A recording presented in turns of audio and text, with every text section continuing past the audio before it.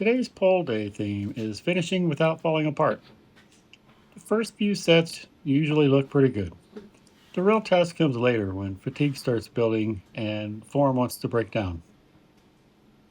So today I'm working through rows, pull downs, rear delts, face pulls, curls, and a little core work at the end.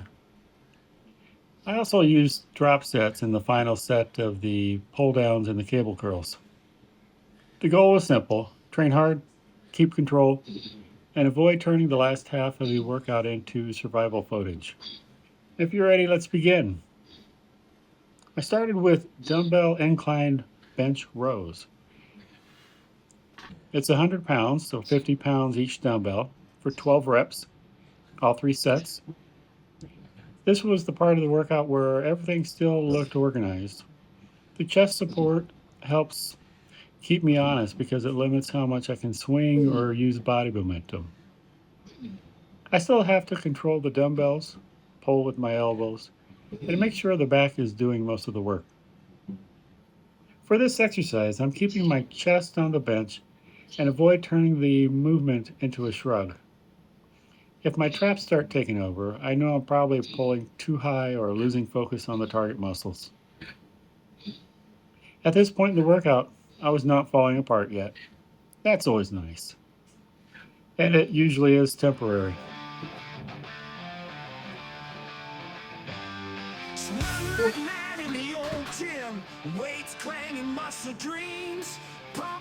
Next was the wide grip lat pull downs. I used 140 pounds for 11 reps, and then 10 reps, and then 8 reps. After that third set, I went straight into a drop set with 110 pounds for 8 reps. The drop set was only on the last set. I was not doing that after every set. The goal was to get the heavier work done first, then use the lighter weight to extend the final set without letting the form fall apart. With pull downs, I'm trying to keep the movement focused on the lats and the upper back. A little body movement is normal, but I don't want to lean so far back that the pull down turns into a seated row with extra drama. By the third set, the reps were dropping, and that is where the theme starts showing up. Fatigue is fine.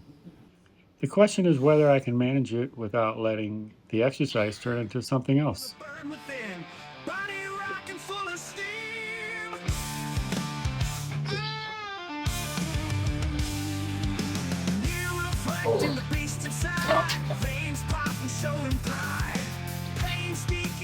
After pull downs, I moved into seated reverse flies.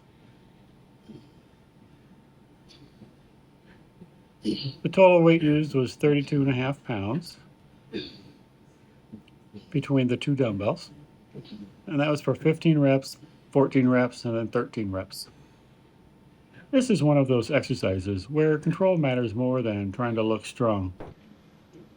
Rear delts are not huge muscles, so if I start throwing the dumbbells around, I'm probably going to get help from places that were not invited.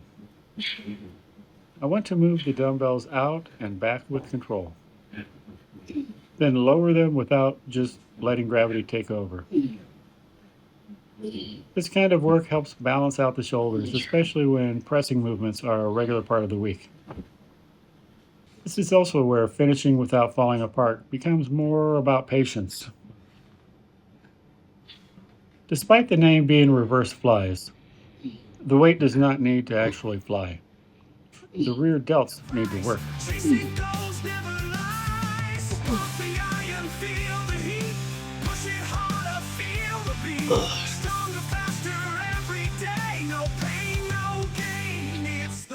Next up was the cable rope face pulls. I used 90 pounds for 12 reps, and then 10 reps. Face pulls are great for the rear delts, upper back, and shoulder support muscles. But they can get sloppy fast if the weights are too heavy or if I start leaning back too much. I'm trying to pull the rope towards my face, keep the elbows up, and let the shoulders rotate naturally. If I start pulling more towards my chest, it becomes more of a row. That's not really what I'm going for here. At this point in the workout, the back and the rear delts have already done a decent amount of work, so the goal is to stay controlled and not let the cable machine turn this into a tug of war.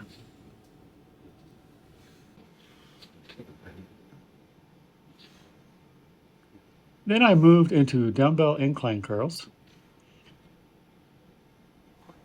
I used 30-pound dumbbells for 12 reps, 11 reps, and then 8 reps. The incline position puts the arms slightly behind the body, which gives the bicep a deeper stretch at the bottom. That makes the movement tougher than it looks, especially once fatigue starts building.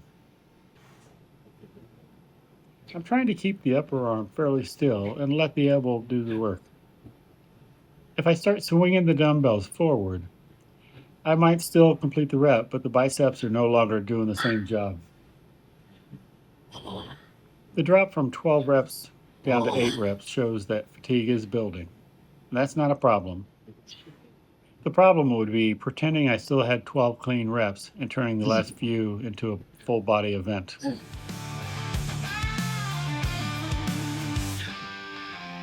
mornings hit the grind, discipline fueling the mind, treadmill running, time to fly, no excuse, just aim high, protein, shake, power, fuel. Next was the cable bicep curls. I used 50 pounds for 10 reps, 9 reps, and then 7 reps. After that third set, I went straight into a drop set using 30 pounds, and I got 7 more reps. Again, the drop set was only on the final set. I wanted the heavier work first, then use the lighter weight to keep the biceps working after they were already tired. Cables are useful because they keep steady tension on the muscles. But that steady tension also means there are not many easy parts in the rep. Once the biceps start fading, they let you know pretty quickly. At this point, finishing without falling apart means dropping the weight instead of forcing ugly reps with 50 pounds. That is not exciting, but it is smarter training. Break the rule, lifting heavy, taking flight, body rocking through the night. Pump the iron, feel the heat, push it harder, feel the beat. Stronger, faster every day, no pain, no gain, it's the way. It's the way.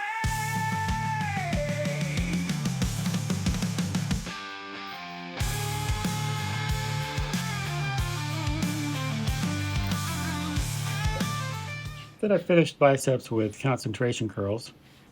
I got 11 reps with 20 pounds, and then 9 reps with the 20 pounds. And then I got 10 reps with 15 pounds. By this point, the biceps had already been through the incline curls, the cable curls, so this was not the time to chase big numbers. This was more about focused reps and keeping the movement strict. The concentration curl setup helps reduce momentum, but it does not eliminate it completely. I still have to avoid twisting my body or using my shoulder to help finish the rep. Dropping to 15 pounds on the final set made sense here. Sometimes finishing without falling apart means choosing a weight that your muscles can actually use. There's a little bit of a hit to the ego, but that's fine. Shake, power, fuel, every set break the rule, lifting heavy, taking flight, body rocking through the night.